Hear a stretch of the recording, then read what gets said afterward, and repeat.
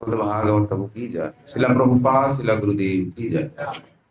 सर्वप्रथम मोर परम पूज्य परमाराध्य गुरुदेव श्री श्रीमंत भद्र स्वामी शिला गुरुदेव चरण कमल निजर साष्टांग दंड प्रणाम जनाई परम गुरुदेव श्री श्रीमंत गौर गोविंद स्वामी शिला गुरुदेव परात्पर गुरुदेव तथा संस्थार संस्थापक आचार्य कृष्ण कृपा श्रीमूर्ति श्री श्रीमद अभय चरणारविंद भक्ति वेदांत स्वामी शिला प्रभुपाद चरण कमल निज साष्टांग दंड प्रणाम जनाऊँ।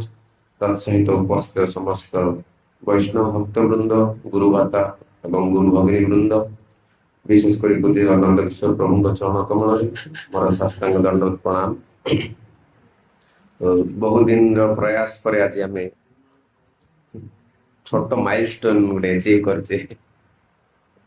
सभापति माता जी मन में बहुत दुख थी दुख कर किसी ना आम लंफ प्रदान करने प्रयास करुँ बड़ घर आम आशा करुँ छोट घर गोटे नहीं अति शीघ्र आम सभापति माता जी घर को जा नुआ घर हम से किसी टेम्पोरारी निहाई चिंता कर परमानेंट यहाँ नुह मंदिर तो से ही हम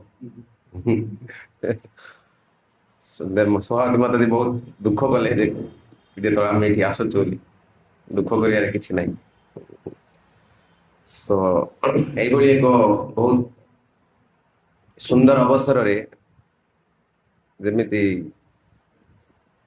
मक्खन उपरे मिश्री देले मक्खन रो स्वाद अधिक बढ़ी जाए से भाव में प्रथम तो आम एक नुआ सेंटर पर स्थान नहीं द्वितीय मनमोहन प्रभुंकर गौर निताय विग्रहंकर नुआ बेश होती तो प्रभुजी इच्छा थी कि आम ये अभिषेक करवा गौर निताई तो दुईटा जाक कम गोटे थर आम हो बहुत बड़ सौभाग्यर विषय एवं ये सब हुई बुझ के ना पुरुषोत्तम मास सरिया गोटे दिन अच्छी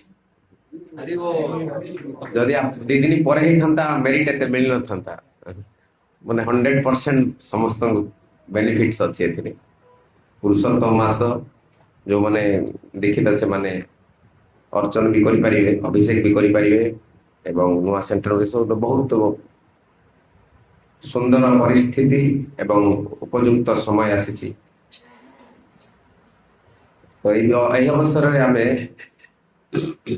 विग्रह अर्चन विज्ञान बा गृहस्थ आश्रम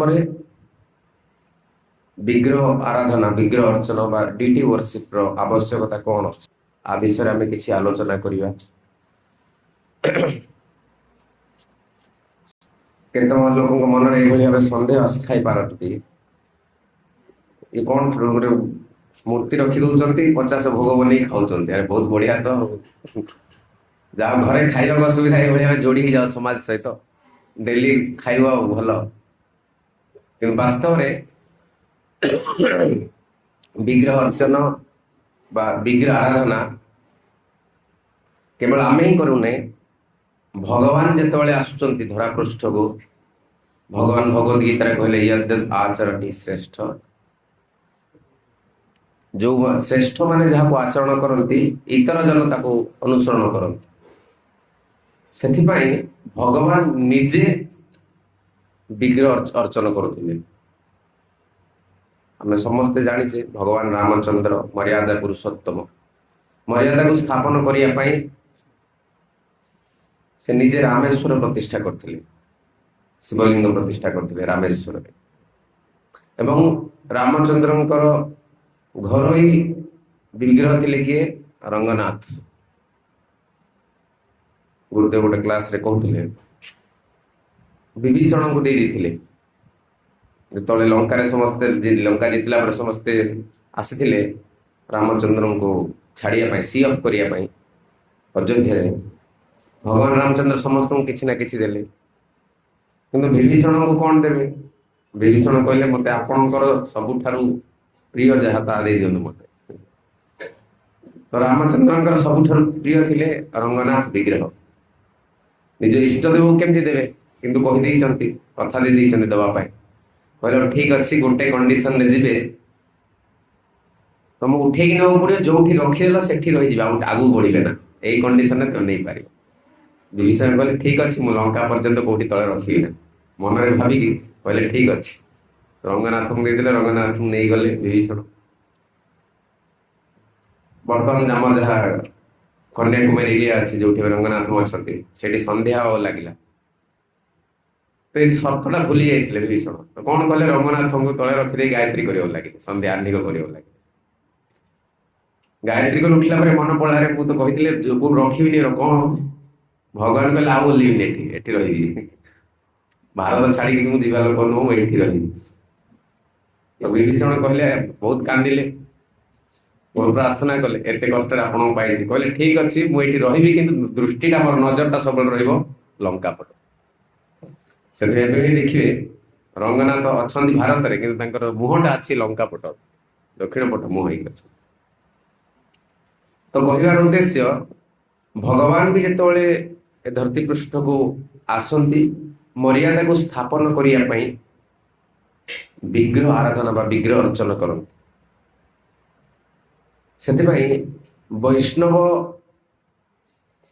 तत्व वैष्णव मान आम धर्म विग्रह को बहुत बड़ मान्यता दि जाए आम विग्रह को जमी शंकरपंथी शंकराचार्य पंथी माने से विग्रह कौन भावती ना मनर अभिलाष पूर्ण होबार एक माध्यम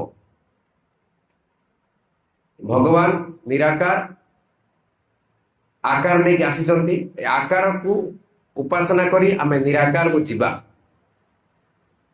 जमी आप केन्द्रापड़ा पट्टामुंडी जाऊँ रास्तार लिफ्ट मागी गोटे गाड़ी बसिकी जाऊँ से गाड़ी सहित आप कौन प्रकार मतलब ना आप मतलब कहीं अच्छी पहुंचा जाए पट्टामुंडे तो शंकरपंथी जो मैंने से मतवाद यही भाव में विग्रह को से सच्चिदानंदमय भावती ना वैष्णव तत्व विग्रह भगवान किसी फरक ना किंतु शंकरपंथी से मत है बर्तमान साकार अच्छा कि साकार आम निराकार को जावाक पड़ो ये केवल गोटे मध्यम किंतु आम तत्व कहती कौन ना विग्रह और आराधना भक्तिर एक अंग भगवान भगवद गीता निष्काम कर्म योग ज्ञान योग अष्टांग योग एवं भक्ति योग सारी योग विषय कहते प्रत्येक योगर अंग अलग अलग प्रकार अच्छा निष्काम कर्म योग अंग कौन क्या निष्काम कर्म योग कह श्रीमद् भगवद गीतार श्लोक जानते कि प्रिंसिपल ऑफ निष्काम कर्म योगा कर्मण्य बाधिकारस्ते मां फलेषु कदाचन मां कर्म फल हेतु माते संगस्त्वा अकर्मणि 2.47 द्वितीय अध्याय 47 नंबर श्लोक एथिरे निष्काम कर्म योग विषय कह ना निष्काम कर्म योग अंग कौन चारिटा अंग विषय कहुई प्रथम है कौन कर्मण्य बाधिकारस्ते कर्मण्य एव अधिकार अस्तु प्रत्येक जीवंकर अधिकार कौन कर्म करिवार अधिकार अकर्मण होई केही रही पारिबे नाही गोटे क्षण समय मध्य कि अकर्मण बिना कर्म रे रही पारिबे नाही तो समस्त व्यक्ति जीव को किसी ना किसी कर्म करियो पड़िबो एवं कर्म रे ही तार अधिकार अछि जमिति गोलीटा में फुटौचे तो वंस आम जब बुलेट फायर करदेले जन्मजटू तापर कंट्रोल अच्छी किसी तो से भाव में आम आमर अधिकारटा केते कौन करिबा किंबा कौन न करिबा एति पर्यंत ही आमर अधिकार कर्मण्य बाधिकारस्ते मां फलेषु कदाचन सेकंड पॉइंट कौन अंग कौन नियम कौन मां फलेषु कदाचन कौन सी समय मध्य निज फलर बा रेजल्टर उत्तरदायित्व नियो नाही तृतीय मां कर्म फल हेतु भू कर्म फल हेतु बा कारण तमे नुह भल पाठ पढ़ी किंतु एग्जाम रे फेल हो ग्यारंटी नहीं कहि परिबनी मु बहुत भल पाठ पढ़ी भल पाठ पढ़ी था भाग्य रे नहीं कर्म पूर्व कर्म स्वीकृति नहीं सेमिति हेतिले तो ପ୍ରଥମେ ଆମ ଆଶିଷ ପ୍ରଭୁ କୋଟିପତି ହେଇଯାଇଥାନ୍ତି। ସେ ଟ୍ୟୁସନ ପଢିବା ପାଇଁ ଯେତିକି ପରିଶ୍ରମ କରୁଛନ୍ତି ସେତିକି ତାଠୁ ଅଧା ପରିଶ୍ରମ କଲେ ବୋଧେ କୃଷ୍ଣ ପାଇଯାଇଥାନ୍ତେ। ଆଉ ଲକ୍ଷ୍ମୀଧର ପ୍ରଭୁ ସକାଳୁ ଯାଉଛନ୍ତି, ରାତି 10ଟାରେ ଆସୁଛନ୍ତି, କେତେ ପରିଶ୍ରମ କରୁଛନ୍ତି, କିନ୍ତୁ ପ୍ରାପ୍ତ କେତିକି ହଉଛି? ଯାହା ଭାଗ୍ୟରେ ଅଛି।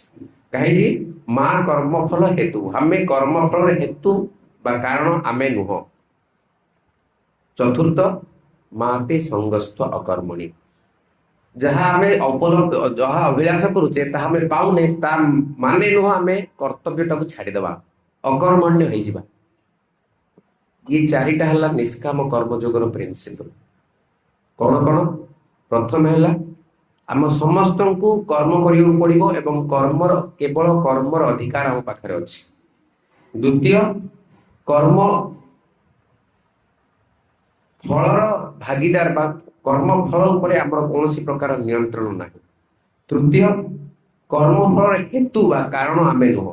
ଚତୁର୍ଥ, ଯଦି ଆମେ ଅଭିପ୍ସିତ କର୍ମ ଫଳ ଆମେ ପ୍ରାପ୍ତ ହେଇପାରୁନେ, ତା ମାନେ ନୁହେଁ ଯେ ଆମେ ଅକର୍ମଣୀ ହେଇଯିବା ବା କର୍ତ୍ତବ୍ୟକୁ ଆମେ କରିବା ନା। ଏଇ ଚାରିଟା ହେଲା ନିଷ୍କାମ କର୍ମଯୋଗର ଅଙ୍ଗ। ଆପଣ ଯେକୌଣସି କାମ କରୁଛନ୍ତି, କର୍ତ୍ତବ୍ୟ କରୁଛନ୍ତି, ଏଇ ଚାରିଟା ଯଦି ସେଥିରେ ଅଛି ତାହେଲେ ତାକୁ କଣ କୁହାଯିବ? ନିଷ୍କାମ କର୍ମଯୋଗ। ତ ନିଷ୍କାମ କର୍ମଯୋଗର ଚାରିଟା ଅଙ୍ଗ ବିଷୟରେ ବର୍ତ୍ତମାନ ଜ୍ଞାନ ମାର୍ଗ ଯୋଉମାନେ ଆଚରଣ କରୁଛନ୍ତି, ନିଷ୍କାମ କର୍ମ କିଛି ଯୋଉମାନେ ଜ୍ଞାନ ଆଚରଣ, ଜ୍ଞାନର କଣ ଅଙ୍ଗ ବିଷୟରେ କୁହାଯାଇଛି? କେତେଟା ଅଙ୍ଗ ଅଛି? ଜ୍ଞାନର 9ଟା ଅଙ୍ଗ ବିଷୟରେ କୁହାଯାଇଛି। ଶ୍ରୀମଦ ଭାଗବତମ 6ଠ ସ୍କନ୍ଧର ପ୍ରଥମ ଅଧ୍ୟାୟ ଅଜାମିଳ ଚରିତ। ତପସା ବ୍ରହ୍ମଚର୍ଯ୍ୟେନ ସମେନ ଚ ଦମେନ ଚ ତ୍ୟାଗେନ ସତ୍ୟ ଶୌଚାଭ୍ୟାମ ୟମେନ ନିୟମେନ ବା। ତପସା, ତପସ୍ୟା, ଯୋଉମାନେ ଜ୍ଞାନ ମାର୍ଗ ଆଚରଣ କରୁଛନ୍ତି ସେମାନେ ତପସ୍ୟା କରିବେ। ତପସ୍ୟା ମାନେ କଣ? ଭଲେଣ୍ଟିୟରଲି ଆକ୍ସେପ୍ଟିଂ ଇନକନଭିନିଏନ୍ସ, ସ୍ୱତଃ ଭାବେ ଆମକୁ କିଛି ଅସୁବିଧାକୁ ଗ୍ରହଣ କରିବାକୁ ପଡିବ। ଜୋର ଜବରଦସ୍ତି ନାହିଁ। ଖାଇବାକୁ ମିଳିଲାନି ତ ଭୋକ ରହିଗଲା, ସେଥିରେ କିଛି ଲାଭ ନାହିଁ, ସେଇଟା ତପସ୍ୟା କୁହାଯିବ ନା। ପାୟସ, ପନିର, କ୍ଷୀରି ସବୁ ଅଛି, ସେତେବେଳେ କହିବା ମୋର ଆଜି ନିର୍ଜଳ ଉପବାସ, ସେତିକି ଯଦି କହିପାରୁଛନ୍ତି ତାକୁ କୁହାଯିବ ତପସ୍ୟା। ମୌକା ମିଳିଲାନି ତ, ବାହା ହବାକୁ ମିଳିଲେନି ତ ବ୍ରହ୍ମଚାରୀ ହେଇଗଲା, ସେଇଟା ବ୍ରହ୍ମଚାରୀ ନୁହଁ। ବାହା ହବାକୁ 2 ଜଣ ଲାଇନରେ ଲଗେଇଛନ୍ତି, ବ୍ରହ୍ମଚାରୀ ମୁଁ ବାହା ହେବିନି ବୋଲି କହିବାକୁ ପଡିବ। ବୁଝିଲା ଆଶିଷ ପ୍ରଭୁ? ତପସ୍ୟା କାହାକୁ କୁହାଯାଏ? ମୌକା ନ ମିଳିଲା ତ ସାଧୁ ହେଇଗଲି, ସେଇଟା ସାଧୁ ନୁହଁ। ସେ ତ ଡିଆଁ ମାରିବ, କେତେବେଳେ ପୁଣି ଇଆଡୁ ମାରି ସିଆଡେ ଜମ୍ପ ମାରିବ। ତ ଜ୍ଞାନ ମାର୍ଗରେ ଆମକୁ ତପସ୍ୟା କରିବାକୁ ପଡିବ, ଭଲେଣ୍ଟିୟରଲି ଆକ୍ସେପ୍ଟିଂ, ଆମକୁ ସ୍ୱତଃକୃତ ଭାବେ କିଛି ଗ୍ରହଣ କରିବାକୁ ପଡିବ। ଇନକନଭିନିଏନ୍ସ, ଅସୁବିଧା, ଶରୀରକୁ ଯୋଉଟା ଅସୁବିଧା, 3 ଥର ଖାଉଛେ, 1 ଥର ଖାଇବା, ବ୍ୟାଟେରୀ ଗଲା। ତ ସ୍ୱତଃକୃତ ଭାବେ ଆମେ କିଛି ଅସୁବିଧାକୁ ଗ୍ରହଣ କରିବା। 12ଟା ଯାଏ ପାଣି ପିଇବା ନା, ମୁଁ କହୁଛି ବୋଲିକି ଆରମ୍ଭ କରିବେ ନା, ନିଜ ନିଜର ସ୍ଥିତିକି ନେଇକି ଆରମ୍ଭ କରିବେ, ନତୁବା ଡାଇରେକ୍ଟ ଯାଇକି ମେଡିକାଲରେ ମିଶିବେ ସେଲେନ୍ ସହିତ। କିମ୍ବା ଏକାଦଶୀ ନିର୍ଜଳ ବ୍ରତ ପାଳନ କରିବା।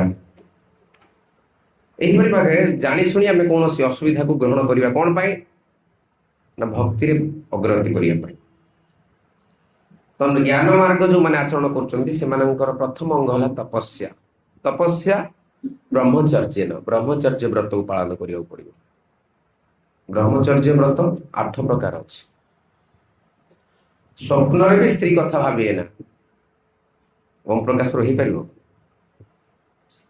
କଳି ଯୁଗରେ ସମ୍ଭବ ନାହିଁ। ବ୍ରହ୍ମଚାରୀ ମାନଙ୍କର ସମ୍ଭବ ନାହିଁ, ତ ଗୃହସ୍ଥଙ୍କର ଅନ୍ୟମାନଙ୍କ କଥା କଣ କୁହାଯିବ? ଏତେ ରିଷ୍ଟ୍ରିକ୍ସନ ଅଛି। ସକାଳୁ 3-4 ଥର ଫୋନ ଆସିଗଲାଣି, ଗୋଟେ ମାତାଜୀ ଫୋନ କରୁଛି, ତମ ଗାଡିର ଇନ୍ସୁରାନ୍ସ ସରିଗଲାଣି। ଆରେ ମୋ ଗାଡିର ଇନ୍ସୁରାନ୍ସ ସରିଗଲା, ମୁଁ ଦେଖିକି ତୁ ଟେନସନରେ କାହିଁକି ଅଛୁ? ସକାଳୁ ତ ବାରମ୍ବାର କହୁଛି ମୁଁ ବାହାରେ ଅଛି, ଫୋନ କର ନା। 3 ଥର ଫୋନ କରିସାରିଲାଣି ଗୋଟେ ମାତାଜୀଟେ।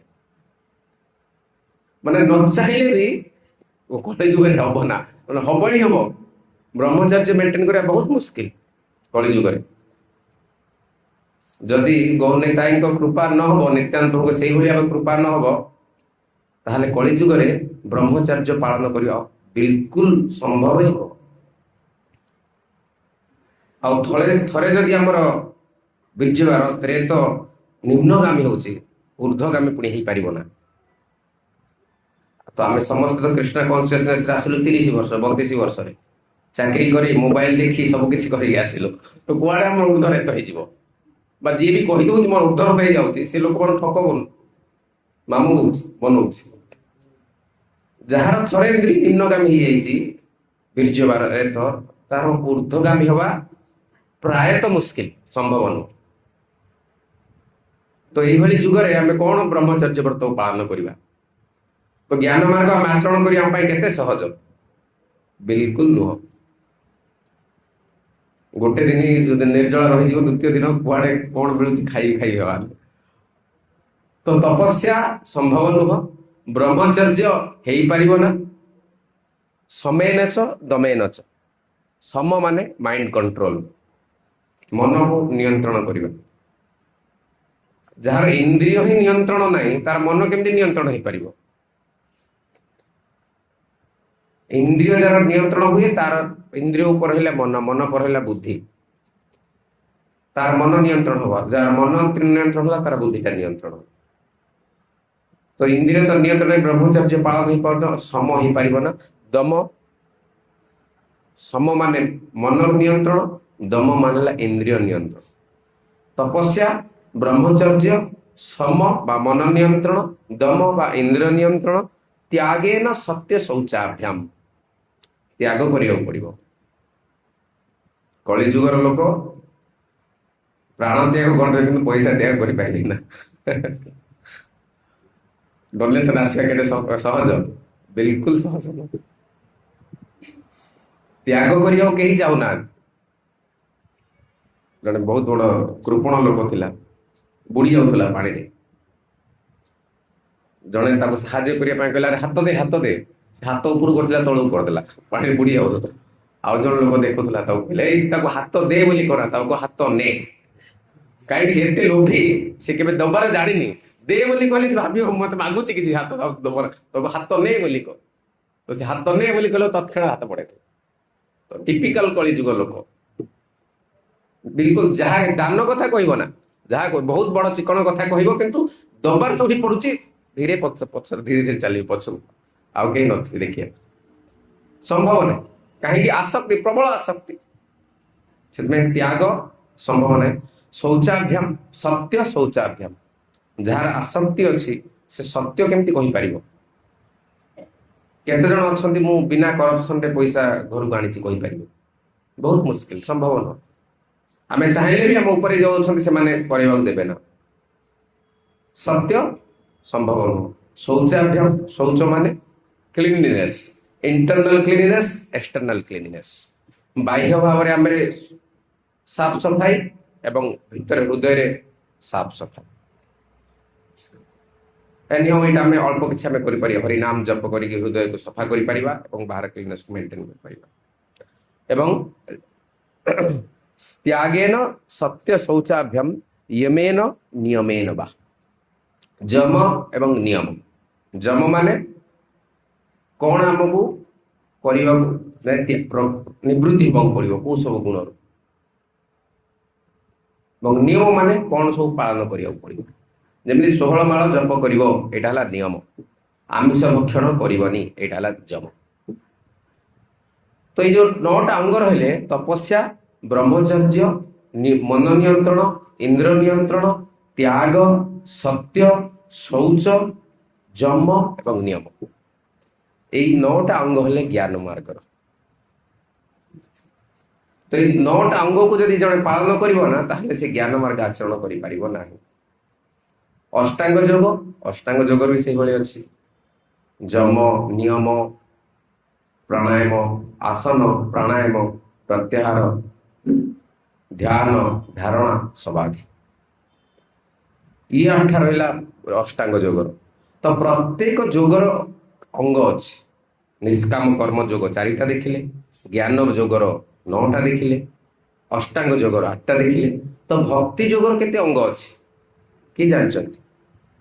କେତେଟା ଅଙ୍ଗ? 9ଟା ଅଙ୍ଗ। ନବବିଧା ଭକ୍ତି, ସେଇଟା ଅଙ୍ଗ ନୁହଁ, ସେଇଟା ହେଲା 9 different types of bhakti বা 9 different ways of bhakti কিন্তু অঙ্গ কেତେଟା ଅଛନ୍ତି ଭକ୍ତିରେ କେତେ ଅଙ୍ଗ ଅଛନ୍ତି 64ଟା ଅଙ୍ଗ ଅଛନ୍ତି 16 ମାଳା ହଉନି ତ 64 ଅଙ୍ଗ କେମିତି ହେଇପାରିବ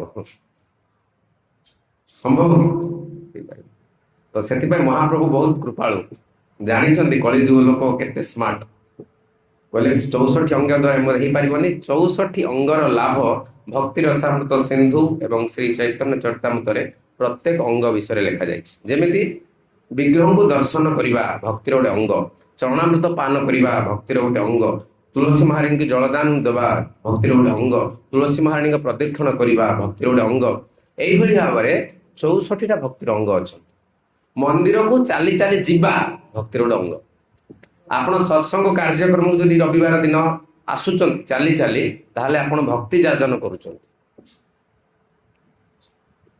এইভাবে ভাবে 64টা অঙ্গ দিয়েছে কিন্তু 64টা অঙ্ଗ এ সম্ভব নୁହଁ କରିବା ପାଇଁ ସେଥିପାଇଁ ମହାପ୍ରଭୁ କଣ କଲେ ନା 5ଟା ଭକ୍ତିର ଅଙ୍ଗ କର ଯାହା ଦ୍ୱାରା କି 64ଟା ଅଙ୍ଗର ଫଳ ପ୍ରାପ୍ତ ହୋଇଯିବ ସେ 5ଟା ଅଙ୍ଗ କଣ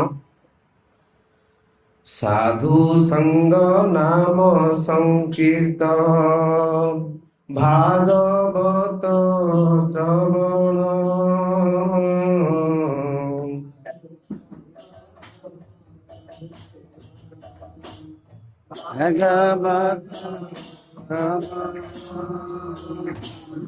মথুরা বাস শ্রীমূর্তি শ্রদ্ধায় সেবন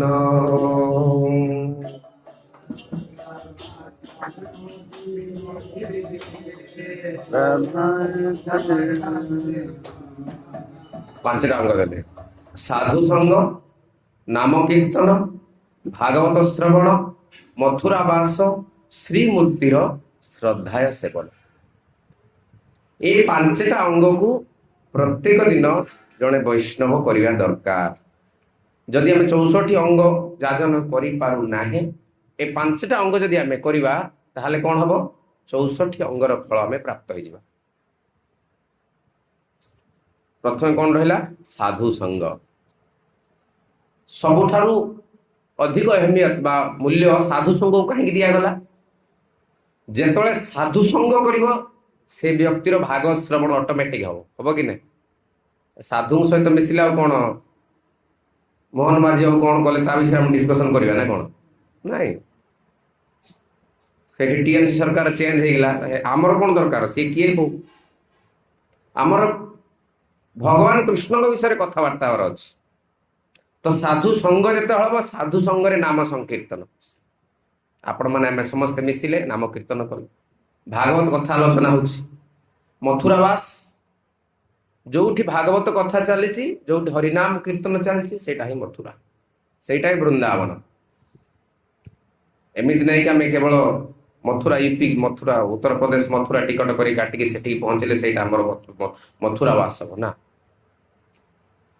ଯୋଉଠି ସାଧୁ ସେଇଟା ବୃନ୍ଦାବନ ସେଇଠି ଲାଦିନୀ ଶକ୍ତି ରାଧାରାଣୀ ନିଜକୁ ପ୍ରକଟ କରାନ୍ତି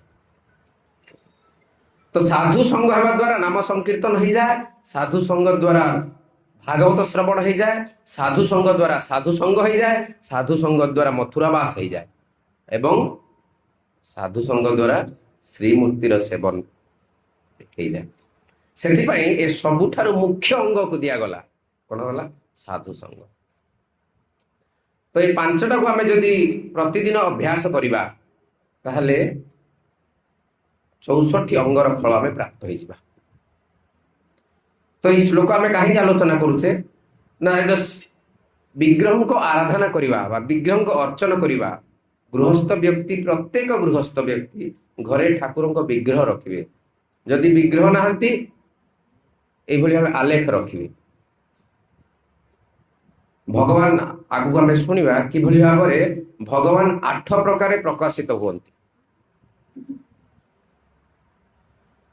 ତ ଆମେ ଯାହା ଆଲୋଚନା କଲେ ପ୍ରଥମେ ଜାଣିଲେ କଣ ନା ଅର୍ଜ ବିଗ୍ରହ ଆରାଧନା କରିବା କୌଣସି ପେଟ ପୋଷିବା ପାଇଁ ବା ଟଙ୍କା ଉପାର୍ଜନ ପାଇଁ କରାଯାଉ ନାହିଁ ଏଇଟା ଭକ୍ତିର ଗୋଟେ ଅଙ୍ଗ ଶ୍ରୀମୂର୍ତ୍ତିର ଶ୍ରଦ୍ଧାଏ ସେବନ। ଶ୍ରଦ୍ଧା ସହକାରେ ଆମକୁ ପଞ୍ଚ ବିଗ୍ରହଙ୍କର ସେବା କରିବାକୁ ପଡିବ। କହୁଛନ୍ତି ସକଳ ସାଧନା ଶ୍ରେଷ୍ଠ ଏଇ ପାଞ୍ଚ ଅଙ୍ଗ।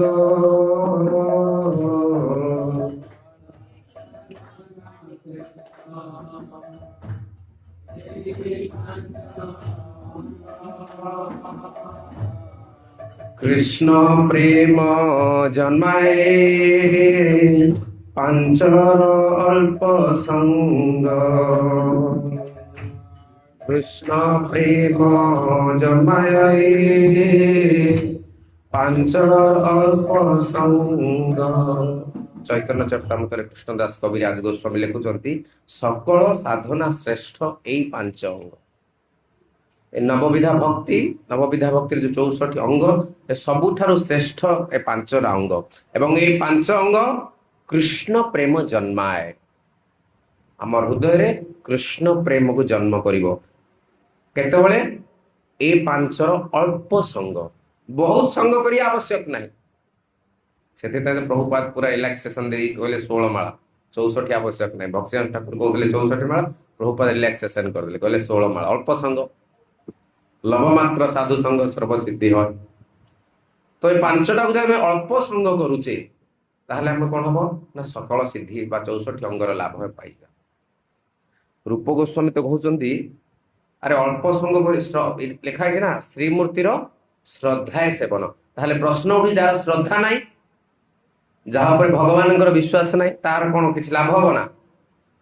ତ ଭକ୍ତି ରସାମୃତ ସିନ୍ଧୁରେ ରୂପ ଗୋସ୍ୱାମୀ କହୁଛନ୍ତି ନା ଶ୍ରଦ୍ଧା ନଥାଇ ମଧ୍ୟ ଯଦି ସେ ବିଗ୍ରହ ଆରାଧନା କରୁଛି ତାହେଲେ ମଧ୍ୟ ତାକୁ ଲାଭ ହେଇଯିବ।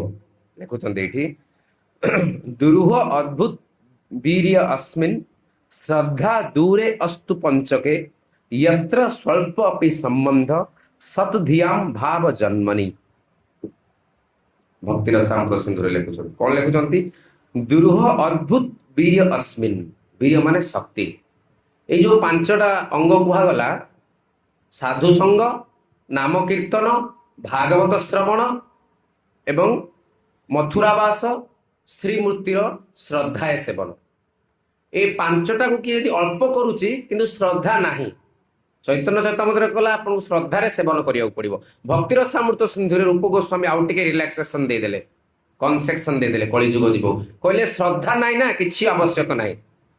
द्रुह अद्भुत वीर्य अस्मिन्, अस्मिन् माने एई कार्य रे, एई पांच अंग रे अद्भुत वीर्य अछि, अद्भुत शक्ति अछि। दुरूह माने आमे तो कन्सिडरेशन करि परिबा नै, ताको आकलन करि परिबा नै। कोन सेटा?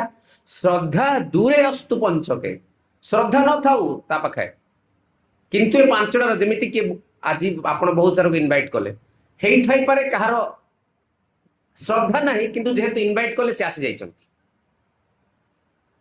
विश्वास नाही किंतु आसी जाइछंती। एई भली व्यक्ति जे के रहुचंती श्रद्धा अस्तु, श्रद्धा दूरे अस्तु पंचके यत्र स्वल्पपि संबंध, कौन सी संबंध रे ओम प्रकाश को डाकी देले कॉलेज रे अछंती, न गले खराब भाबिए चल पळेबा, एई संबंध रे आसी जाइछंती किंतु भगवान ऊपर किछि विश्वास नाही। तांकर विग्रह अछंती, विग्रह भगवान ए बिस किछि विश्वास नाही। से को संबंध रे आसीचंती? गुटे भक्तर संबंध रे आसी जाइछन। यत्र स्वल्पपि संबंध सतध्याम भाव जन्मनि। जदि से निरपराध अछंती, कौन सी वैष्णव अपराध करि नाहंती, तारे कोन ता हृदय भाव जन्म होई जिवो। भाव स्तर पहुंचिया को केते समय लागुची? आदौ श्रद्धा, ततः साधु संग, ततः भजन क्रिया, ततः अनर्थ निवृत्ति, ततः निष्ठा, रुचि, आसक्ति, भाव। 8 नंबर स्तर। गोटे थरे 8 नंबर स्तर को जंप मारिए जदि श्री विग्रह को आराधना करूचंती श्रद्धा न थाई कि मध्य केवल भक्त संबंध रे अल्प संबंध ज्ञान किछि अछि, जा द्वारा से आसी विग्रह अर्चन करूचंती, आराधना करूचंती, ता द्वारा कोन हबो? भाव जन्म होई जिवो तांको हृदय रे, भाव स्तर को से पळे। तो कलिजुग रे गृहस्थ व्यक्ति मान पई जो मान पाखे बिल्कुल समय ही नाही, सकाळ 6 रु राति 10 ऑफिस, सेमानक पई केते सुवर्ण सुजोग देखंतु।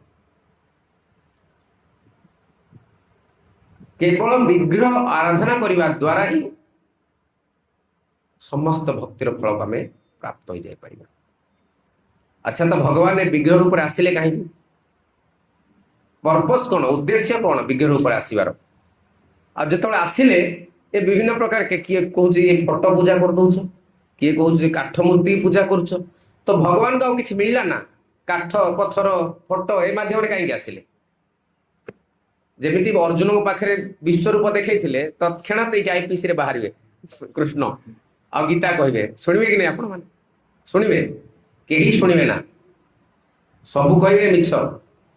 भगवान जदि प्रकट हो भी जाती कलिजुग लोक डुप्लिकेट गोटे बनईदे, तार चाइना मोबाइल जमी डुप्लिकेट बाहर सेमी गोटे डुप्लिकेट बाहर पड़ो।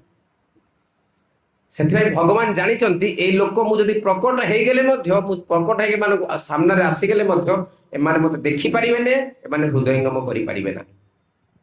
तो से जो जिन को अनुभव कर हृदयंगम कर माध्यम प्रकाश पाँच भगवान। आम पत्थर देखिपर, आम लुहा देखिपर, आम काठ देखिपर, आम पेंटिंग्स देखिपर, चित्र मूर्ति की देखिपर, यही प्रकार वस्तु आम देखिपर। से भगवान कौन कहे माध्यम प्रकाशमान होती। आम फोर्थ डायमेंशनल जिनस को आम देखी ही पारिबा ना। भगवान आम सामने आसीगले आम देखिपर ना। से 8टा माध्यम प्रकाश पाँच।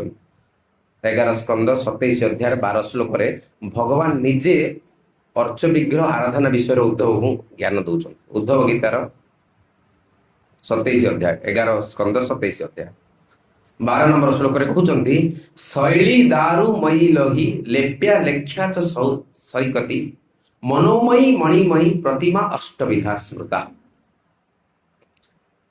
तो जो आम फोटो लगेदेले लाइट लगेदेले जली जाए कौन भगवान अच्छा ना? भगवान भगवान कहते मुझे अच्छी ये 8 प्रकार वस्तु बसंत भगवान प्रकाश पाती।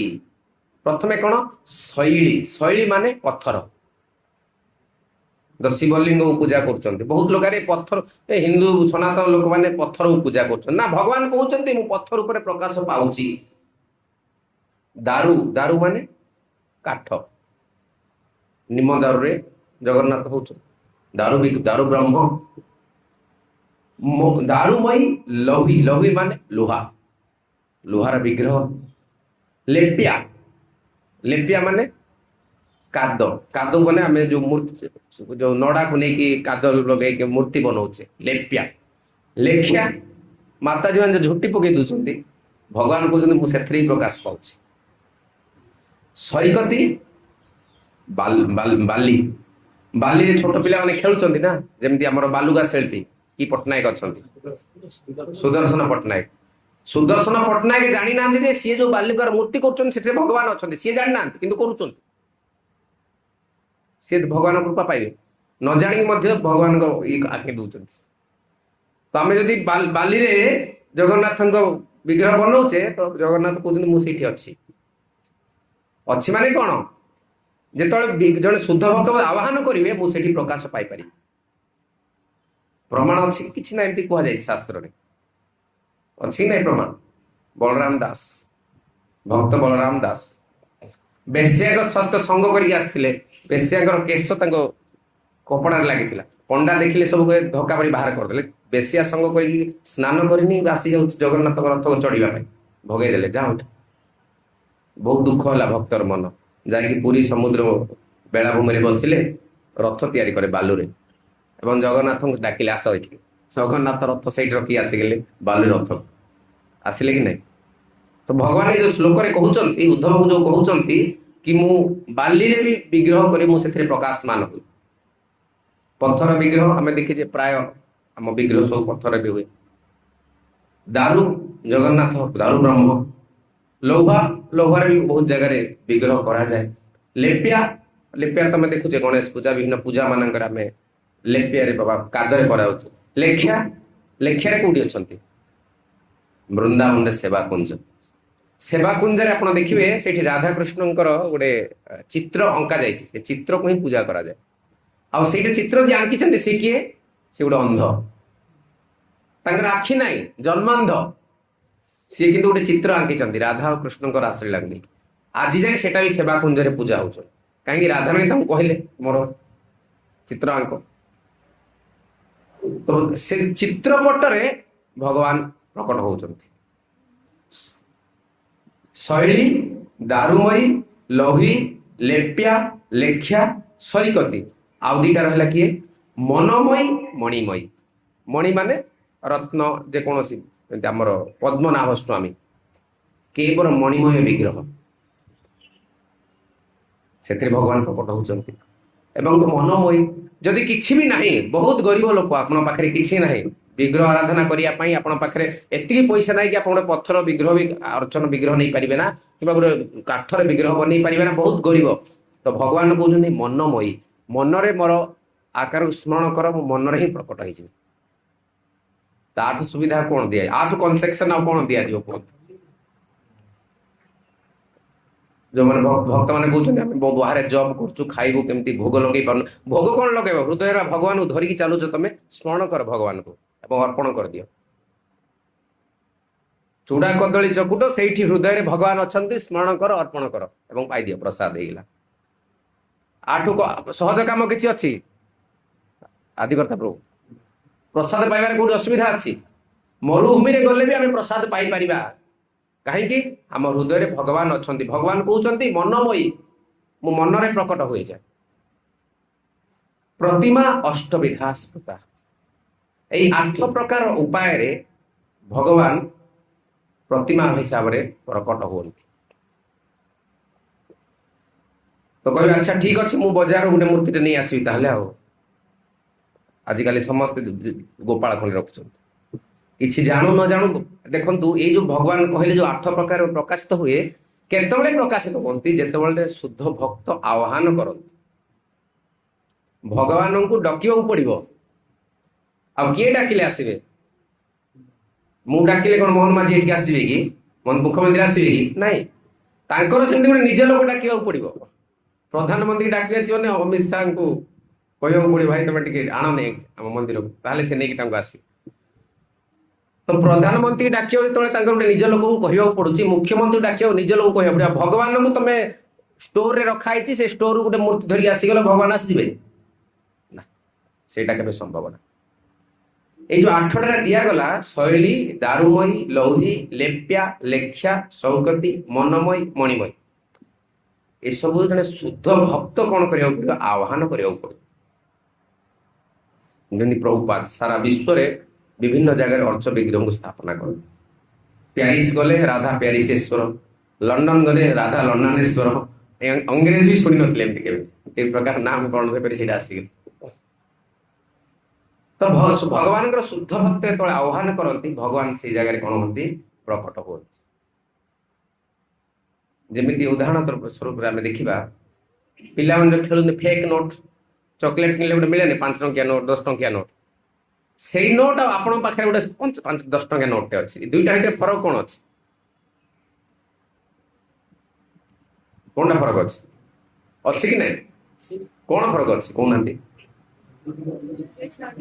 ସେଥିରେ Reserve Bank of Reserve RBI governor sign ଅଛି।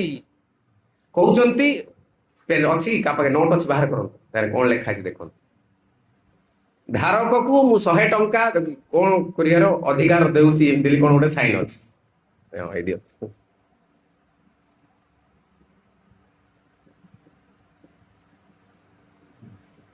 I promised pay the bearer the sum of 50 rupees, governor, RBI governor sign କରିଛନ୍ତି। ତ ଆରବିଆଇ ଗଭର୍ଣ୍ଣର ଯେତେବେଳେ ସାଇନ୍ କରିନାହାନ୍ତି, 50 ଟଙ୍କାର କିଛି ମୂଲ୍ୟ ରହିବ? ଆପଣ ଯୋଉ ଚକୋଲେଟ ଯୋଉ ଫେକ୍ ନୋଟ ଆଣୁଛନ୍ତି, ତାହିଁରେ ଆରବିଆଇ ଗଭର୍ଣ୍ଣର ସାଇନ୍ ନଥିବ। ତ ସେଇଭଳି ଭାବରେ ଯେତେବେଳେ ଆମେ ବାହାର ବଜାରରୁ କିଛି ଗୋଟେ ମୂର୍ତ୍ତି କିଣିକି ନେଇ ଆସି ଯାଉଛେ, ସିଏ କେବଳ ଗୋଟେ ମୂର୍ତ୍ତି ଆରାଧନା, ସେ ବିଗ୍ରହ ଆରାଧନା, ଶ୍ରୀ ବିଗ୍ରହ ଶ୍ରଦ୍ଧା ସେବନ ସେଇଟା କୁହାଯିବ ନାହିଁ। ସେଇଟା ହେଇଯିବ କେବଳ ଆଇଡିଆଲ ୱାର୍ସିପ ବା ମୂର୍ତ୍ତି ପୂଜା। ଆମେ ଏଠି ମୂର୍ତ୍ତି ପୂଜା ବିଷୟରେ କଥା ହଉନେ, ଆମେ ବିଗ୍ରହଙ୍କ ଆରାଧନା ବିଷୟରେ କଥା ହଉଛେ, ଶ୍ରୀ ବିଗ୍ରହ ଆରାଧନା।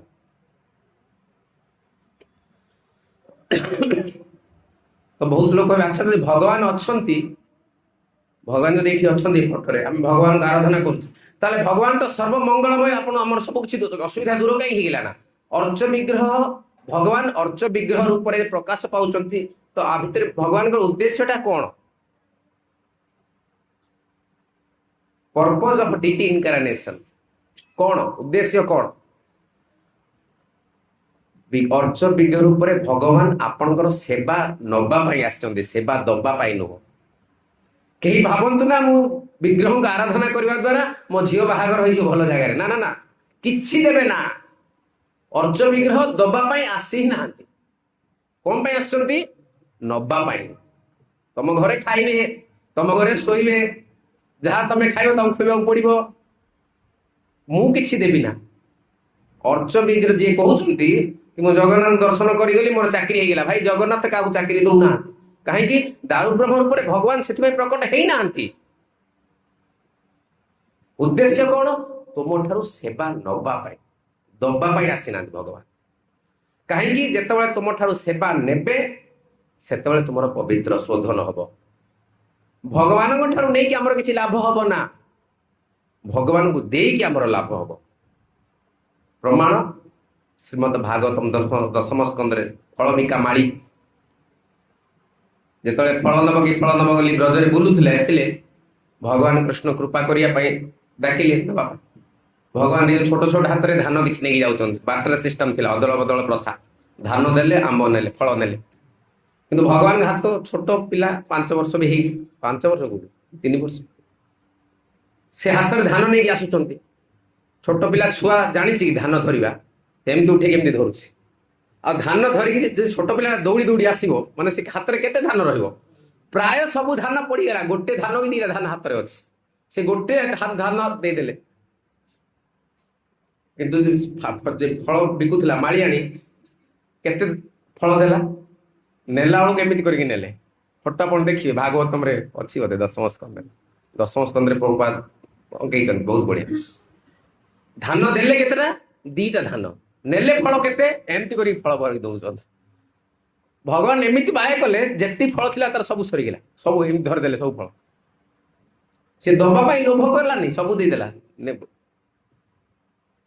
କିନ୍ତୁ ଯେତେବେଳେ ସେଇଠି ଛାଡିକି ଯାଇଛି ଟୋକେଇରେ ପୁରା ଧନ ରତ୍ନ ମଣି ମାଣିକ ସବୁ ଭରିଗଲା ତ ଭଗବାନଙ୍କୁ ଦବା ଦ୍ୱାରା ଆମକୁ ମିଳେ ଭଗବାନ ଏମିତି ନୁହନ୍ତି ଆମଠୁ ଖାଇଦେଲେ ଆଉ ରଙ୍ଗ ନମ୍ବର ରଖିଦେଲେ ପଚାରିଲେ ନା ନା ଭଗବାନ ନିଃସ୍ୱାର୍ଥପର ନୁହଁ କିନ୍ତୁ ଆମ ଦୃଷ୍ଟିକୋଣରୁ ଆମକୁ କଣ କରିବାକୁ ପଡିବ ଆମକୁ ଭଗବାନଙ୍କୁ ଦବା ପାଇଁ ପ୍ରୟାସ କରିବାକୁ ପଡିବ ଅର୍ଚ୍ଚ ବିଗ୍ରହ ଆମର ସେବା ନବା ପାଇଁ ବିଗ୍ରହ ରୂପରେ ପ୍ରକାଶିତ ହେଇଛନ୍ତି ଅର୍ଚ୍ଚ ବିଗ୍ରହକୁ ଆମେ ମାଗିବା ଦ୍ୱାରା ଅର୍ଚ୍ଚ ବିଗ୍ରହ କିଛି ଦେବେ ନା କାହିଁକି ତାଙ୍କର ଉଦ୍ଦେଶ୍ୟ ସେଇଟା ନୁହଁ ଯିଏ ଯାହା ପାଇଁ ଆସିଛି ନା ଡକ୍ଟର ଆମେ ମୋଚି ପାଖକୁ ଯିବା କହିବା ମୋର ହାତଟା ଭାଙ୍ଗିଗଲା ଟିକେ ରିପେୟାର କରିଦିଅ ମୋଚି କରିବ ନା ତାର କାମ ସେଇଟା କି ନା ସେଥିପାଇଁ ଅର୍ଚ୍ଚ ବିଗ୍ରହକୁ ଆମେ କଣ କରିବା ସେବା କରିବା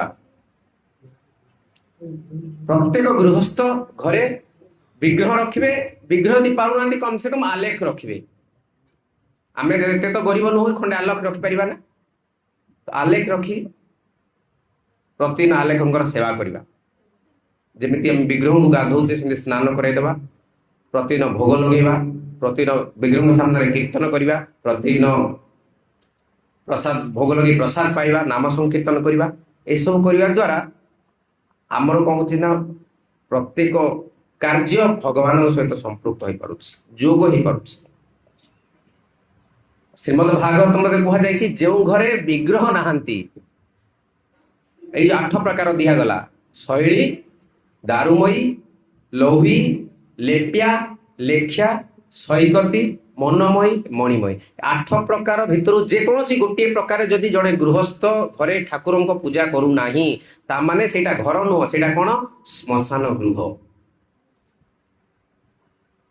ସେଥିପାଇଁ ପ୍ରତ୍ୟେକ ଗୃହସ୍ଥ ବ୍ୟକ୍ତିର କର୍ତ୍ତବ୍ୟ ସେ ଘରେ ଠାକୁରଙ୍କ ସେବା କରିବେ ବିଗ୍ରହଙ୍କୁ ଆରାଧନା କରିବେ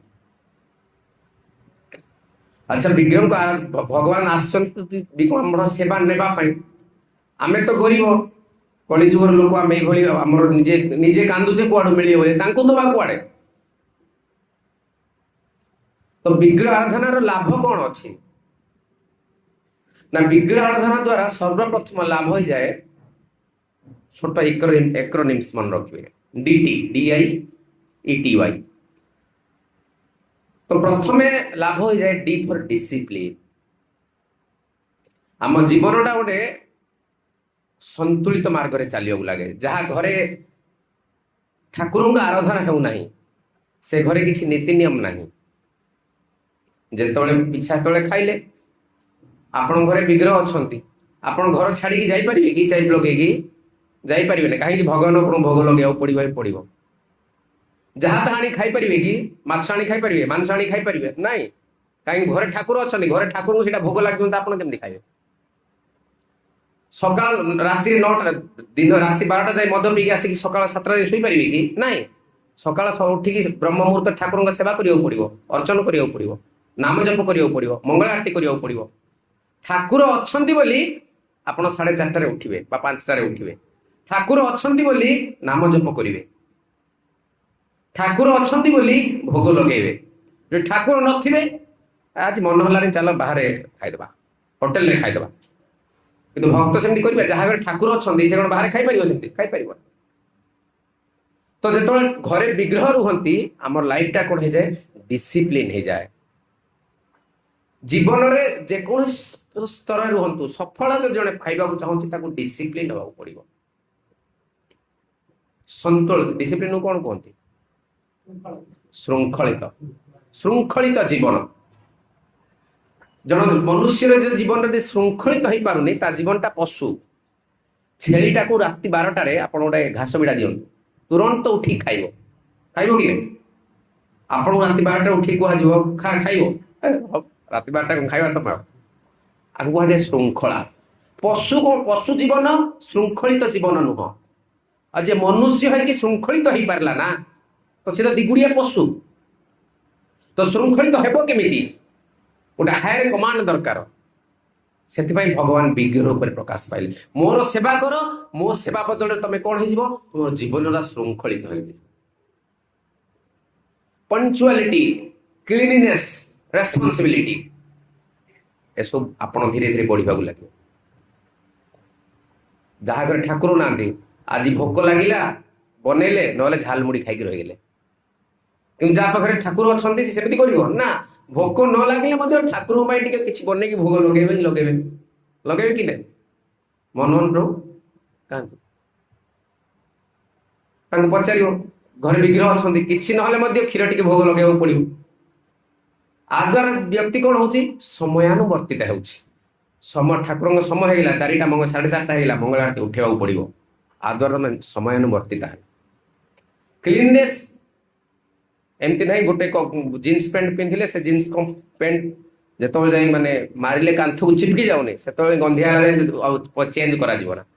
5ଟା ଜାଗାରେ ଫଟା ହେଇଥିବ, ସେ ଫଟା ଫାଟି ଯାଇଛି କି ସେ ଡିଜାଇନ ଜଣା ପଡୁନି। ତ ଏଇ ପ୍ରକାର ଯାହାର ବିଗ୍ରହ ଅଛନ୍ତି ସେଇ ପ୍ରକାର କରିବେ ନା। ପ୍ରତିଦିନ ଶୌଚ ବସ୍ତ୍ର ପିନ୍ଧିବ, କ୍ଲିନିନେସ୍, ଏବଂ ନାମ ଜପ କରିବ ହରେ କୃଷ୍ଣ କୃଷ୍ଣ କୃଷ୍ଣ ହରେ ହରେ, ହରେ ରାମ ରାମ ରାମ ହରେ। ନାମ ଜପ ଯେତେବେଳେ କଲା ଇଣ୍ଟରନାଲ କ୍ଲିନିନେସ୍, ହୃଦୟରୁ ଶୌଚତା ଆସିବ। ଯେତେବେଳେ ଯାହାର ହୃଦୟ ଶୌଚ ତାହାର ବାହାର ଶୌଚ ହେଇପାରିବ। ବାହାର ଶୌଚ ବିନା ହୃଦୟ ଶୌଚରେ କେବେ ଆସିପାରିବ ନାହିଁ। ସେଥିପାଇଁ ପ୍ରଥମେ ଆମକୁ କଣ କରିବାକୁ ପଡିବ? ଇଣ୍ଟରନାଲ କ୍ଲିନିନେସ୍। ହୃଦୟଟାକୁ କିଭଳି ଭାବରେ ସଫା କରିବ ତା ପ୍ରତି ଆମକୁ ଅଧିକ ଧ୍ୟାନ ଦେବାକୁ ପଡିବ। ତ ବିଗ୍ରହ ଆରାଧନା କରିବା ଦ୍ୱାରା ପ୍ରଥମେ କଣ ହବ? ଆମେ ଡିସିପ୍ଲିନ ହେବା। ଡିସିପ୍ଲିନ 3ଟା କ୍ଷେତ୍ରରେ ହେବା, 3ଟା ୱେରେ ହେବା। ଗୋଟେ ହେଲା ପଞ୍ଚୁଆଲିଟି, ସମୟାନୁବର୍ତ୍ତିତା। ଦ୍ୱିତୀୟ ହେଲା କ୍ଲିନନେସ୍, ଶୌଚତା। ତୃତୀୟ ହେଲା ରେସ୍ପନ୍ସିବିଲିଟି, ଉତ୍ତରଦାୟିତ୍ୱ ଆମେ ନେବା। କାଲି ଠାକୁରଙ୍କ ପାଇଁ କଣ ଭୋଗ ହବ? ଆମ ମନ୍ଦିରରେ 7 ଦିନ ପାଇଁ ମେନୁ ରେଡି ହେଇକି ରହିଥାଏ। ଆଜି ସକାଳେ ବରା ଘୁଗୁନି ହବ, ରାଜଭୋଗରେ 2ଟା ରସା, 3ଟା ଭଜା, 1 ଖଟା ହବ। ତ ସବୁ ମେନୁ ବନିକି ଅଛି। ଆ ଦ୍ୱାରା ଆମେ କଣ କରୁଛେ ନା ଦାୟିତ୍ୱ ନଉଛେ, ଉତ୍ତରଦାୟିତ୍ୱ ନଉଛେ। ଯାହା ମିଳିଲା ଆଜି ଖାଇଦବା ଆଉ। ଏଇ ପ୍ରକାର ବ୍ୟକ୍ତି କଣ? ସେ ଉତ୍ତରଦାୟିତ୍ୱ ନେବାକୁ ଚାହୁଁନି। କିଛି ମିଳିଲା ନା ପାଣି ପିଇକି ଶୋଇ ପଡିବା ଆଉ। କିନ୍ତୁ ଯଦି ଘରେ ବିଗ୍ରହ ରଖୁଛନ୍ତି, ବିଗ୍ରହ ଆରାଧନା କରୁଛନ୍ତି, ତାହେଲେ ଆମ ଉତ୍ତରଦାୟିତ୍ୱ ନେବାର ଗୁଣଟା ବଢି ବଢି ଚାଲିବ। ତ ପ୍ରଥମ ଲାଭ ବ୍ୟକ୍ତିଗତ ସ୍ତରରେ ବା ପର୍ସନାଲ ଲାଇଫରେ ଆମର ବିଗ୍ରହ ଆରାଧନାରୁ କଣ ଲାଭ ହୁଏ ନା ଜୀବନ ଶୃଙ୍ଖଳିତ ଜୀବନ ହେଇଯାଏ। ବୁଝିପାରିଲେ? ଦ୍ୱିତୀୟ ଇ ଫର ଏଙ୍ଗେଜମେଣ୍ଟ। ବିଗ୍ରହ ଅଛନ୍ତି ମାନେ ଆମକୁ କଣ କରିବ, ଆମର ସମସ୍ତ ଇନ୍ଦ୍ରିୟକୁ ଭଗବାନଙ୍କ ସେବାରେ ଲଗେଇବାର ଗୋଟେ ସୁଯୋଗ ମିଳୁଛି। ଆଖି ଦ୍ୱାରା ଭଗବାନଙ୍କ ରୂପକୁ ଦର୍ଶନ କଲେ, ଜିହ୍ବା ଦ୍ୱାରା ଭଗବାନଙ୍କ ଅର୍ପଣ ହେଇଥିବା ପ୍ରସାଦକୁ ଗ୍ରହଣ କଲେ, କାନ ଦ୍ୱାରା ହରିନାମ ଶ୍ରବଣ କଲେ, ଭାଗବତ ଶ୍ରବଣ କଲେ, ହାତ ଦ୍ୱାରା ଭଗବାନଙ୍କର ମନ୍ଦିରକୁ ମାର୍ଜନ କଲେ। ବା ଘରେ ଏଇଠି ଭଗବାନ ଅଛନ୍ତି, ଠାକୁର ଅଛନ୍ତି, ତାହେଲେ ଘରଟା ହେଲା ମନ୍ଦିର। ତ ଏଇ ଘରେ ଆମେ ଝାଡୁ ମାରିବା, ଘରେ ଝାଡୁ ଲଗେଇବା, ମନ୍ଦିର ମାର୍ଜନର ଫଳ ପାଇଲେ। ହାତ ଗୋଡ଼ ସେଇଭଳି ଭାବରେ ମନକୁ ଭଗବାନ ପାଖରେ ଲଗେଇ ପାରିଲେ। ପ୍ରତ୍ୟେକ ଇନ୍ଦ୍ରିୟକୁ ଆମେ ଏଙ୍ଗେଜମେଣ୍ଟ ଦେଇପାରିଲେ ବା ଭଗବାନଙ୍କ ସେବାରେ ଲଗେଇ ପାରିଲେ। ଭକ୍ତିଟା କଣ? ଋଷିକେଶ ସେବନମ୍ ଭକ୍ତି ଉଚ୍ୟତେ। ଋଷିକ ମାନେ ପ୍ରତ୍ୟେକ ଇନ୍ଦ୍ରିୟକୁ ଭଗବାନଙ୍କ ସେବାରେ ଲଗେଇବାକୁ ହିଁ ଭକ୍ତି ବୋଲି କୁହାଯାଏ। ତ ଯେତେବେଳେ ବିଗ୍ରହ ରହିବେ ନାହିଁ ତାହେଲେ କଣ କରିବା? ଆମେ ଟିଭି ଦେଖିବା, ଭିଡିଓ ଗେମ୍ ଖେଳିବା, କିଛି ନାହିଁ ତ ସ୍ତ୍ରୀ ସହିତ ଝଗଡା କରିବା। ମୁଁ ବଡ ବୋଲେ ମୁଁ ବଡ ହେଇକି ଆଜି ଏଇଟା ବାଇଗଣ ଭଜା କାହିଁକି ହେଲା ନା, ହବ କି ନାହିଁ? କାହିଁକି ଏଙ୍ଗେଜମେଣ୍ଟ ତ ଦରକାର ନା। କେହି ଏଙ୍ଗେଜମେଣ୍ଟ ନ ମିଳିଲେ କଣ ହବ? ସ୍ୱାମୀ ସ୍ତ୍ରୀ ଝଗଡା, ଡିଷ୍ଟର୍ବାନ୍ସ। ତ ସେଥିପାଇଁ ଆମର ଏଙ୍ଗେଜମେଣ୍ଟ ଗୋଟେ ପଜିଟିଭ ଏଙ୍ଗେଜମେଣ୍ଟ ଦେବା ପାଇଁ, ସକାରାତ୍ମକ ନିୟୋଜିତ କରିବା ପାଇଁ ଇନ୍ଦ୍ରିୟ ମାନଙ୍କୁ ପ୍ରଥମତଃ ଆମେ ଦେଖିଲେ ବିଗ୍ରହ ଅର୍ଚ୍ଚନ ଭକ୍ତିର ଗୋଟେ ଅଙ୍ଗ। ଦ୍ୱିତୀୟ, ଯଦିଓ କିଏ ଭକ୍ତିର ଅଙ୍ଗ ବୋଲି ନ ମାନି ଭକ୍ତି ନ କରିବାକୁ ଚାହିଁଲେ ମଧ୍ୟ ବ୍ୟକ୍ତିଗତ ସ୍ତରରେ ତା ଜୀବନରେ ମଧ୍ୟ ଲାଭ ଅଛି। ସେ ଯଦି ବିଗ୍ରହ ଆରାଧନା କରାଯାଏ ତାକୁ କଣ ନା ଇନ୍ଦ୍ରିୟ ମାନଙ୍କୁ ଏଙ୍ଗେଜମେଣ୍ଟ ମିଳିଯିବ, ନିୟୋଜିତ କରିବା ପାଇଁ ଗୋଟେ ସୁବର୍ଣ୍ଣ ସୁଯୋଗ ମିଳିଯିବ। ଯଦି ଆମେ ଇନ୍ଦ୍ରିୟ ମାନଙ୍କୁ ଭଗବାନଙ୍କ ସେବାରେ ଲଗେଇବା ନା, ତାହେଲେ କଣ ହବ? ଇନ୍ଦ୍ରିୟ ମାନେ ବିଷୟରେ ଲାଗିବେ। ଇନ୍ଦ୍ରିୟର କାମ ହେଲା ସେ ଲାଗିବେ, କୋଉଠି ନା କୋଉଠି ଲାଗିବେ। ଯେମିତି ଅଠାଟା ଫେବିକଲ ଅଠା ଧରିକି ଏମିତି ଲାଗିଲେ ମାନେ ସେ ଚିପକି ଯିବ ହାତ। କାହିଁକି? ତା ଧର୍ମଟା, ବସ୍ତୁର ଧର୍ମଟା ହେଲା ସେଇଟା। ଇନ୍ଦ୍ରିୟ ମାନେ କୋଉଠି ନା କୋଉଠି ଲାଗିବେ। ତ ଇନ୍ଦ୍ରିୟକୁ ଯଦି ଆମେ ଠିକ ଜାଗାରେ ଲଗେଇ ନ ପାରିଲେ, ଜଣେ ନୀତିକାର କହୁଛନ୍ତି କୁରଙ୍ଗ ମାତଙ୍ଗ ପତଙ୍ଗ ଭୃଙ୍ଗ ମୀନ ହତଃ ପଞ୍ଚଭି ଏବ ପଞ୍ଚ ଏଭ ପ୍ରମାଦି ସ କଥମ ନ ହନ୍ୟତେ ୟ ସେବତେ ପଞ୍ଚଭିରେବି ପଞ୍ଚ। ପାଞ୍ଚଟା ଉଦାହରଣ ଦେଇ କହୁଛନ୍ତି। କୁରଙ୍ଗ ମାନେ ହରିଣ, କୁରଙ୍ଗ ମାତଙ୍ଗ ମାନେ ହାତୀ, ପତଙ୍ଗ ମାନେ ଏଇ ଯୋଉ ପୋକ, ଯୋଉ ଜୁଳଜୁଳିଆ ପୋକ ନୁହଁ, ଯୋଉ ବର୍ଷା ହେଲେ ଯୋଉ ଝଡି ପୋକ ପତଙ୍ଗ, ଭୃଙ୍ଗ ମହୁମାଛି, ମୀନ ମାଛ। ଏ ପାଞ୍ଚ ପ୍ରକାର ଜୀବଜନ୍ତୁ କଣ କରୁଛନ୍ତି? ନିଜର ଗୋଟିଏ ଗୋଟିଏ ଅଙ୍ଗ ଇନ୍ଦ୍ରିୟ ପ୍ରତି ଆସକ୍ତ ହେଇଯାଉଛନ୍ତି, ଯାହାଦ୍ୱାରା ସେମାନେ କଣ ହଉଛନ୍ତି? ଏବ ପ୍ରମାଦି ସକଥମ ନ ହନ୍ୟତେ। ଗୋଟିଏ ଗୋଟିଏ ଇନ୍ଦ୍ରିୟ ପ୍ରତି ସେମାନେ ଆସକ୍ତ ହେଇଯାଉ, ସେମାନଙ୍କ ମୃତ୍ୟୁବରଣ ହେଇଯାଉଛି। ହରିଣ କାହା ପ୍ରତି ଆସକ୍ତ ନା ଶୁଣିବା ପ୍ରତି, ଶ୍ରବଣ ସାଉଣ୍ଡ ପ୍ରତି, ବହୁତ ସୁନ୍ଦର ଶୁଣିବା ପାଇଁ ପସନ୍ଦ କରେ। ସେଥିପାଇଁ ଯିଏ ହରିଣ ଶିକାର କରେ ସେ କଣ କରିବ? ବହୁତ ସୁନ୍ଦର ମ୍ୟୁଜିକ ବଜେଇବ, ଯାହାଦ୍ୱାରା ହରିଣ କଣ ହବ? ପୁରା ଷ୍ଟାଣ୍ଡ ଷ୍ଟିଲ ଠିଆ ହେଇଯିବ ଶୁଣିବା ପାଇଁ, କାନ ଡେରି। ଆଉ ବ୍ୟାଟେରୀ ଚେଞ୍ଜ କରିଦେଲ, ଠିକ କହିଦେଲା। ଆଉ ତ ହରିଣକୁ ଯେତେବେଳେ ବହୁତ ସୁନ୍ଦର ମେଲୋଡି ଶୁଣେଇ ଦିଆଯାଏ ବା ସଙ୍ଗୀତ ଶୁଣେଇ ଦିଆଯାଏ, ମ୍ୟୁଜିକ ଶୁଣେଇ ଦିଆଯାଏ, ହରିଣ ସେଠି ଠିଆ ହେଇଯିବ। ସେଇ ସମୟରେ କଣ କରିବ? ଶିକାରୀ ଗୋଳି ମାରି ହତ୍ୟା କରିଦବ। ତ ଶୁଣିବା ବା ଶବ୍ଦ ପ୍ରତି ଆକର୍ଷିତ ହେଇଥିବା ଯୋଗୁଁ ଆଜି ହରିଣ ମଲା। ମାତଙ୍ଗ ହାତୀ ସ୍ପର୍ଶ ପାଇଁ। ହାତୀ କେମିତି ଧରାଯାଏ ଜାଣିଛନ୍ତି? ମାଇ ହାତୀ ସହିତ ଟିକେ ଘଷେଇ ଦିଆଯିବ, ଟିକେ ଘଷେଇକି ମାଇ ହାତୀ ଆଗରେ ଦୌଡେଇ ଦିବ। ଆଗରେ ବହୁତ ବଡ ଗୋଟେ ଗାତ କରାହେଇଥିବ, ଯୋଉଟା କି ଉପରେ କେବଳ ସବୁଜ ଘାସ ଦ୍ୱାରା ଆଚ୍ଛାଦିତ କରାଯାଇଥିବ। ମାଇ ହାତୀଟାକୁ ସାଇଡ ଦେଇକି ନେଇଯିବେ। ପୁରୁଷ ହାତୀ ଯେହେତୁ ମାଇ ହାତୀ ଟିକେ ଛୁଇଁ ଦେଇଛି, ସିଏ ଉପରେ ପାଗଳ ହେଇଯାଇଛି। ସିଏ ଆଉ ଜାଣିପାରିବନି ଯେ ଏଠି ଉପରେ ଖାଲି ଘାସ ପଡିଛି, ବହୁତ ବଡ ଗାତ, ସେ ଗାତ ଯାଇ ପଶିଯିବ। ଯେମିତି ଉପରକୁ ଚଢିଲା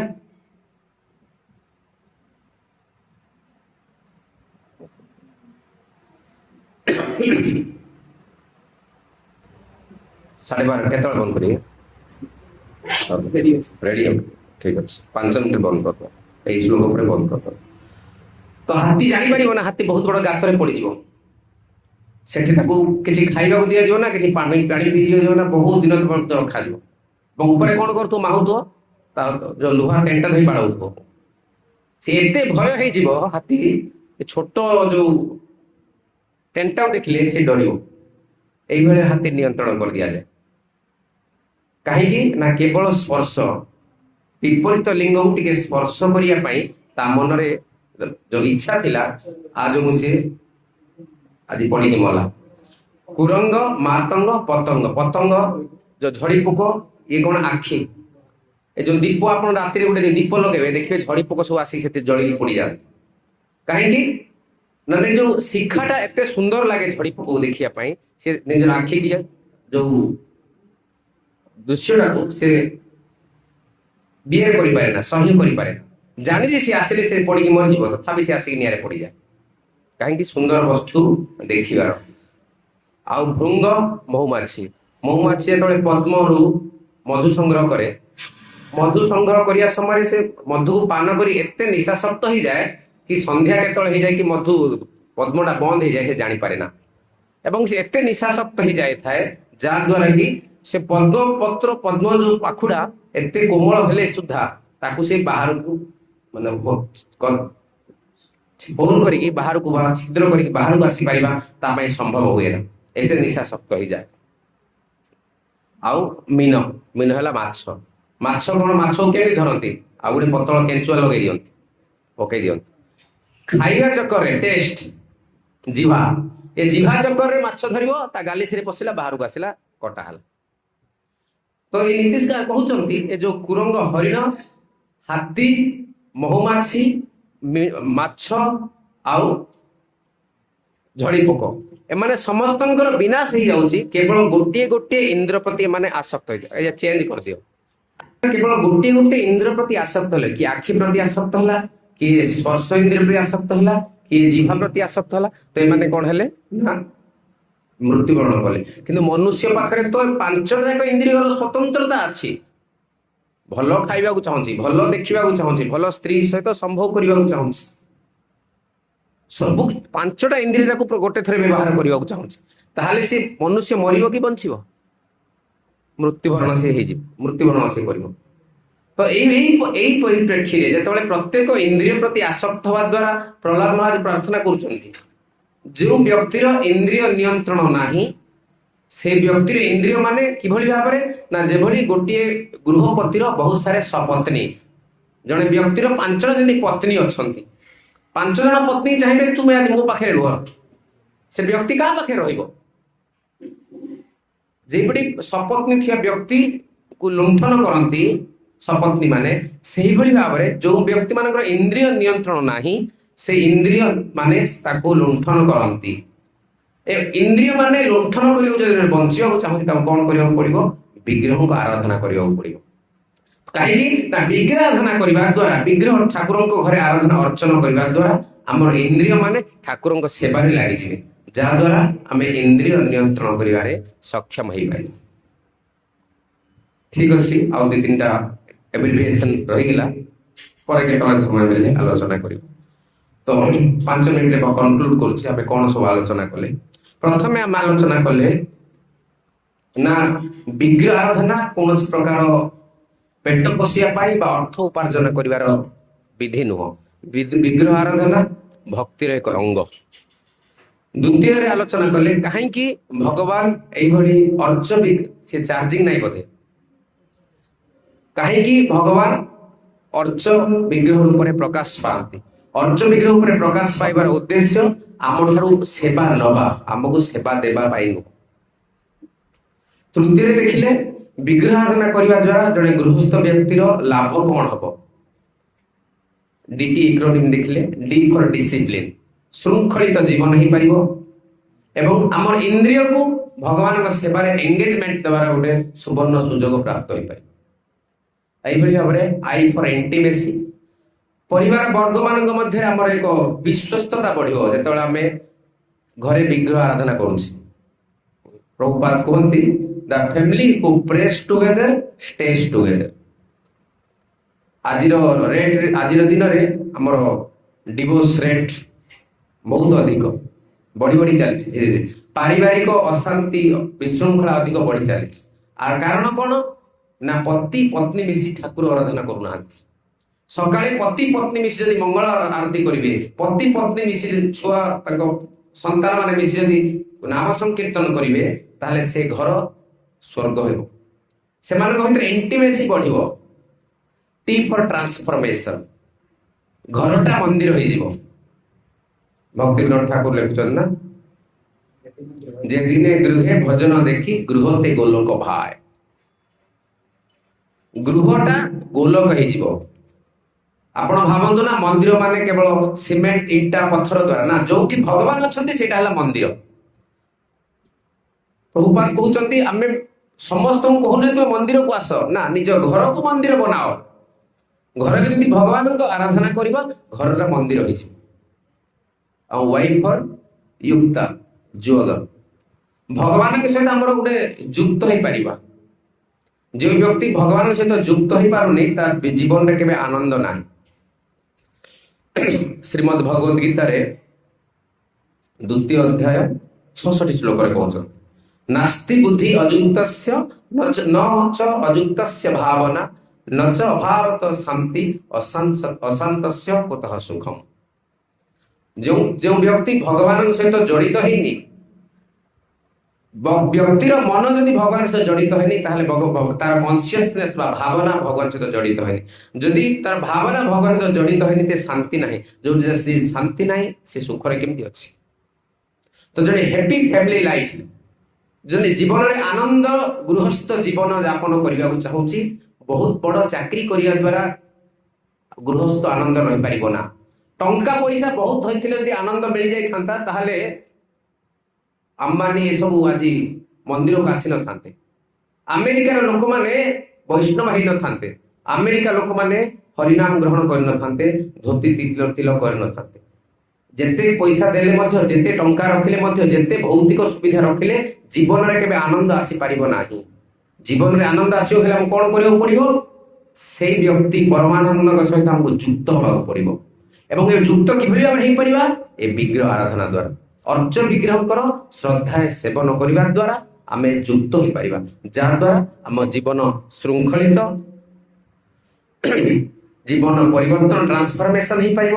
ପରିବାର ସମ୍ବନ୍ଧୀ ମାନଙ୍କ ଭିତରେ ବିଶ୍ୱସ୍ତତା ବଢିପାରିବ ଏବଂ ଘର ଆମର ଗୋଲକ ବୃନ୍ଦାବନ ହେଇପାରିବ।